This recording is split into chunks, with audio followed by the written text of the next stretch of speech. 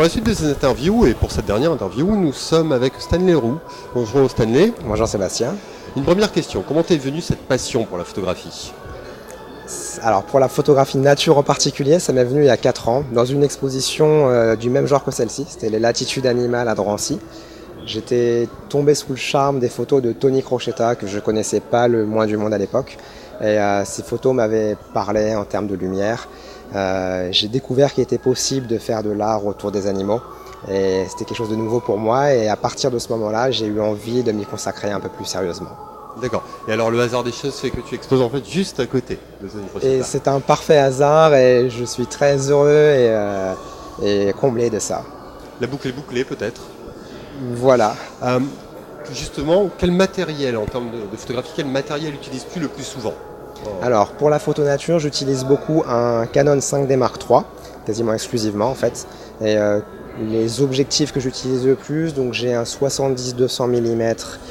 Je vais rarement au-delà des 200 mm parce que j'essaye de travailler mon approche et je travaille avec des animaux qui sont relativement faciles d'approche.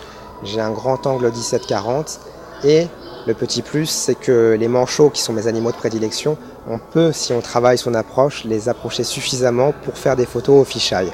Donc c'est le petit bonus dans mon fourre-tout photo. Alors justement, tu parles de manchots, ce sont tes sujets fétiches ou quels sont tes autres sujets fétiches ?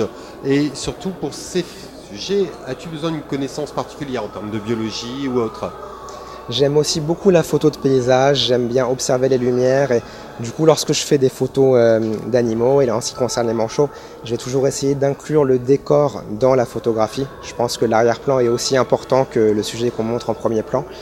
En ce qui concerne les connaissances biologiques et les sujets fétiches, mon sujet fétiche ça va quand même être souvent au lever et au coucher du soleil. Je vais essayer d'aller chercher les animaux lorsqu'on a la meilleure lumière et surtout essayer de les rapprocher, de s'approcher le plus possible d'eux et de faire des photos qui puissent réellement permettre de montrer l'environnement dans lequel ils évoluent tout en ayant la lumière assez dramatique du matin ou du soir.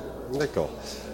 On va revenir quand même à l'essentiel et aux expositions, au festival. Justement, peux-tu nous parler un peu de ton exposition, des photos que tu nous présentes là, juste à côté en plus de notre stand ? Ouais. Alors c'est une exposition sur les îles Falkland. Donc l'expo s'appelle Îles Falkland, la dernière frontière, parce que les îles Falkland se situent juste au nord de l'Antarctique. Et donc c'est en quelque sorte la dernière frontière entre la civilisation et un monde de glace. Et la dernière frontière entre un climat relativement clément et la banquise et tout ce qui s'ensuit. Malgré tout, on pense que les manchots n'évoluent que dans des conditions gelées en Antarctique, alors qu'en réalité, on a parmi les 17 ou 18 espèces de manchots recensées dans le monde, selon les scientifiques, il y a débat, on a la plupart de ces espèces-là qui vivent dans des climats subantarctiques, tels que celui des îles Falkland. Et donc l'idée était d'aller voir les manchots dans ces climats-là, parce qu'on ne les met jamais tellement en avant. Les manchots qui vivent aux îles Falkland sont des espèces en règle générale relativement menacées. On a une espèce qui s'appelle le gorfou sauteur qui a sa population dans l'archipel qui a diminué de 87% en un siècle.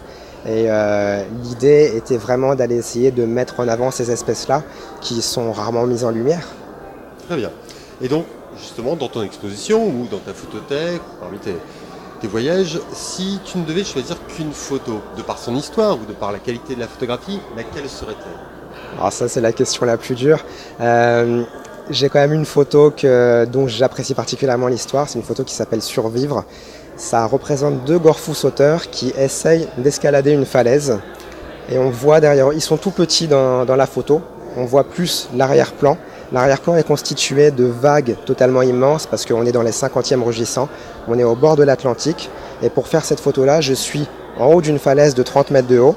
Et je les vois en dessous moi en train de remonter la falaise et d'essayer de faire face aux vagues qui vont tenter de les reprendre dans les courants. Et eux essayent d'escalader la falaise suffisamment vite pour ne pas se faire reprendre par la vague, parce que s'ils se font reprendre par la vague suivante, ils doivent tout recommencer leur travail pour tenter d'escalader la falaise.